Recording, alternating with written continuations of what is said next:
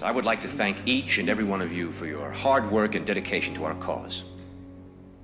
In reviewing this year's progress, let me say that we have been highly effective in conditioning the people's minds to accept our solution to the world's problems. Watch any big-budget war movie or take in a spy thriller, and you could walk away not knowing just how much your movie experience was shaped by the Pentagon or CIA. However, a trove of official documents obtained under US Freedom of Information laws and published this year detail the dealings between filmmakers and intelligence officials at Langley, Virginia, the CIA headquarters. As you know, we ourselves do not need to hold any visible office of leadership. As a matter of fact, it's better that we do not. If we control the finances, news media, food, transportation, energy, we control everything. The energy crisis here in the United States was exceptionally successful worldwide, and we expect similar success with our upcoming food shortage. Our labor leaders have made great progress by causing confusion and work stoppages in all areas of the world. Financially, the dollar is being devalued even faster than we could have hoped. Politically, the public has lost total confidence in any form of government.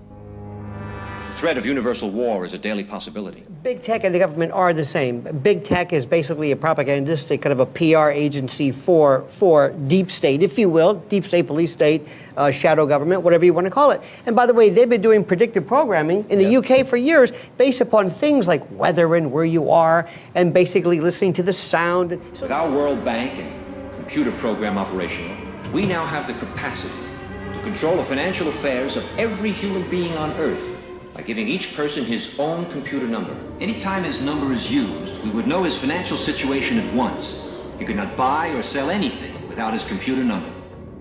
It will simplify their lifestyles tremendously. The end result will be a one-world monetary and government system that we alone will control. What about the individuals who refuse to have this number implantation? We expect some minor resistance, especially from highly motivated religious groups. But eventually, hunger will cause even the most zealous to conform to our program. So the idea, it sounds far-fetched, but remember, whenever you see something right there, this is a precursor. This was written a long time ago. And the people who write these stories are basically writing the laws right now and the technology. Gentlemen, I believe that within a year, 2 at the most, our one world government will be a reality. If we continue on our present course, it is my opinion that we could present the devil himself as a world leader, and the people would accept him. And the title of this session, are we ready for a new world order? The world has to overcome not only the damage done to our economies and our societies by COVID-19, it also has to confront the repercussions. We have to uphold our responsibility, which we have towards the next generation. For example, this morning when the topic was on the New World Order, this is something that will touch everybody, and we should all be involved in it, because whether we like it or not, the New World Order will dictate how things go.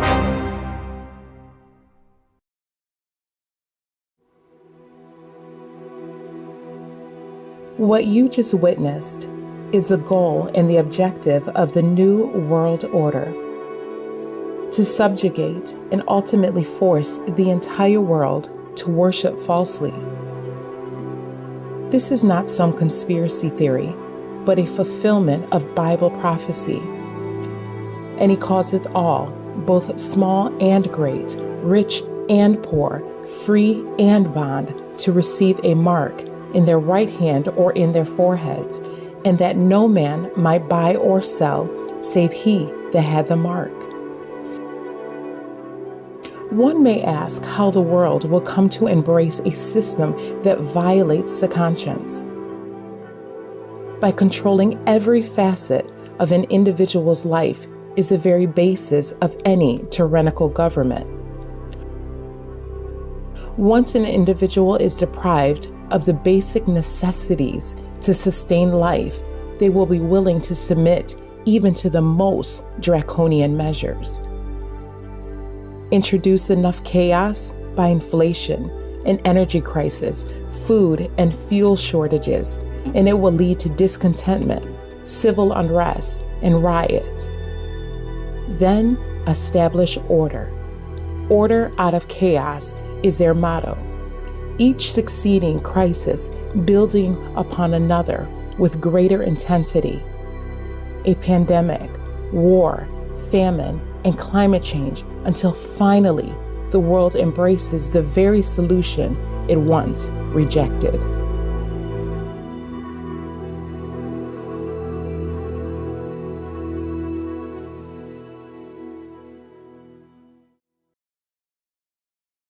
What underpins a world order is always the financial system. And what we're seeing in the world today, I think, is we are on the brink of a dramatic change where we are about to, and I'll say this boldly, we're about to abandon the traditional system of money and accounting and introduce a new one. Welcome back to Unfiltered. Listen, I've been warning you over and over, and now the Fed's saying the quiet part out loud. They want a digital currency. Ladies and gentlemen, it is the biggest surveillance tool you will ever see in human history. And we're motivated by really what Christine was saying, to look very carefully at the potential costs and benefits of issuing a central bank digital currency here in the United States. Because it is digital, it means the money can be programmed to be spent in any way in which the central bank or the government decides. By programming CBDC, those money can be precisely targeted for what kind of people can own and what kind of use this money can be utilized. One of my particular concerns is the World Economic Forum, because they're talking about implementing a carbon allowance. Now, this means each individual will be given a certain amount of, whether it's credit or whatever it is, carbon that they are allowed to emit. We're developing, through technology, an ability for consumers to measure their own carbon footprint. What does that mean? That's where are they traveling? How are they traveling? What are they eating? What are they consuming on the platform? So, individual carbon footprint tracker. So if I buy too many plane tickets, or if I buy too much meat, because those things are all supposedly very bad for the environment, my money when I go to fill up my car could then be declined. Those transaction data in terms of how many coffee I drink every day, where I buy coffee, do I use Uber every day, and what kind of working hours I have. Those non-traditional data can be very useful for financial service providers to give me a credit score. And based on that credit score, the financial service provider give me a credit line. Again, it really is the most tyrannical form of surveillance we will ever see. When they control the money, they control the world.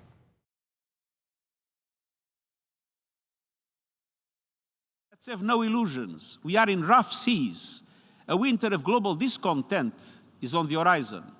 A cost of living crisis is raging, trust is crumbling, inequalities are exploding, and our planet is burning. We're facing a food pricing problem in 2022 that's creating havoc around the world. Well, if we don't get on top of this thing quickly, and I don't mean next year, I mean this year, you will have a food availability problem in 2023, and that's going to be hell on. Could see the biggest labor strike in U.S. history. It would leave 7,000 trains parked. And that would lead to major problems getting fertilizer to farms, food to grocery stores before it spoils, coal and oil to furnaces, parts to car plants, lumber to home builders, and all of that could cause shortages of just about everything and send sky-high prices to the stratosphere.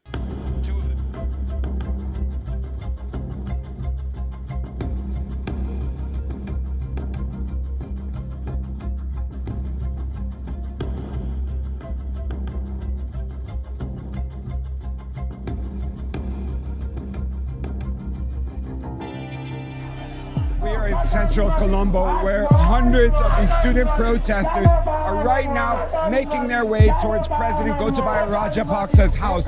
They blame the president and his whole family, really, that have long ruled this country, for destroying its economy, and they want to see them removed from power. But standing in their way are busloads of riot police.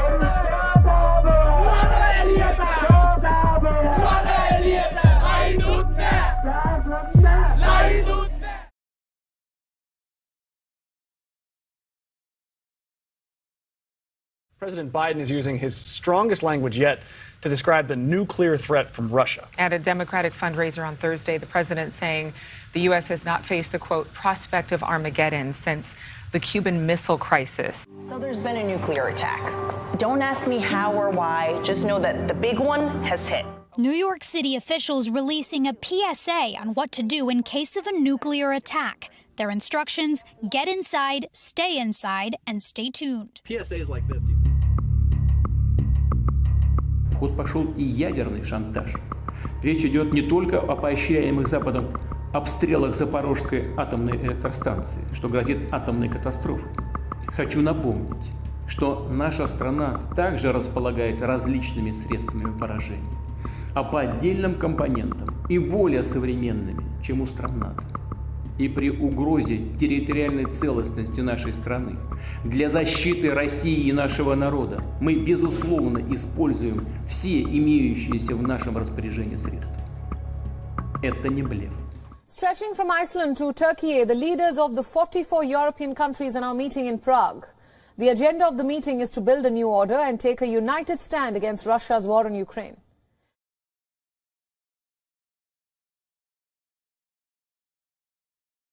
For years, Tower Rock has been a monument you've had to admire from afar. But because of these low water levels in the Mississippi River, now you can get as close as you want. Now, with the record-breaking drought in Europe and what it's revealing, water levels across much of the continent are at the lowest they've been in centuries, and historical artifacts once submerged are now being uncovered.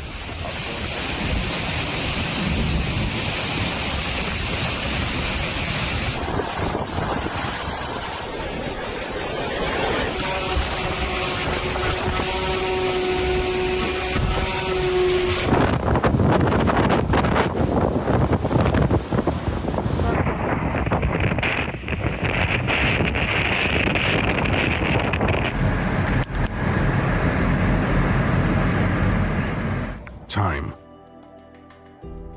What if we could go back in time, undo what we've done, and start over? I say what if, because that is simply impossible. There's no extra time. This is your chance to step up. To turn pledges to action and put our future back on the right track. From making climate pledges to taking action, we are running out of time. Reaching net zero and achieving resilience will rely on radical collaboration across sectors, regions, and organizations. BCG is proud to be the exclusive consulting partner for COP27, hosted by the Egyptian government in Sharm el-Sheikh. This forum will allow us to continue addressing the biggest challenge of our time: climate.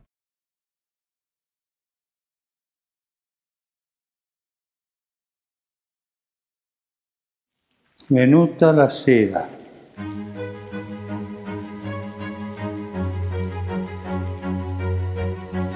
Fitte tenebre si sono addensate sulle nostre piazze, strade e città. We've closed all the churches in England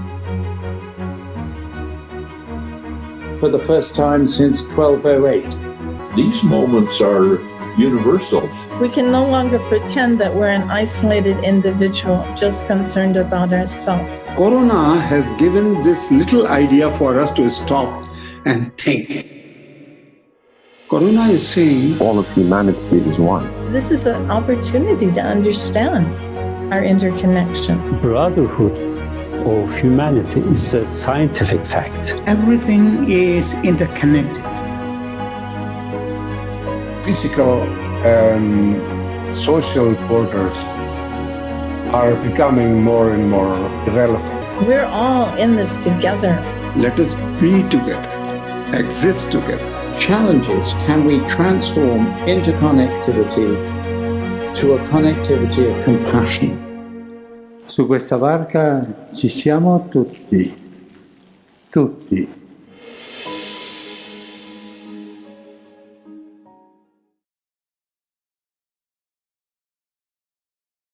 Beloved, has Christ sent a messenger here today? For what purpose? To gather you to Him. For what purpose? to tell you, to warn you, it's time to gather. Have you heard a message of warning, one of instruction? How will you respond to it? No joke here, friends. Tomorrow is not promised. We hear sermons, appeals. Oh, praise God, we sing church. But after church, we go right back as if we did not hear the words of appeal, the strong alarm of warning. Gather, fasting and praying. Gather, personal daily devotion. Gather, country living, food on your property. Gather, to Christ, victory over sin. Gather. It's time for evangelism. We're living in the gathering time, not scattering time, the gathering time. And those who refuse to gather, Christ is going to say in verse 38, behold, your house. Don't let me say it, my friend. Behold, your house. God is talking to you, my friend. Will you reject this message? What time are we living in? The gathering time. It's your final call to gather, your last chance to gather. We're living in the gathering time.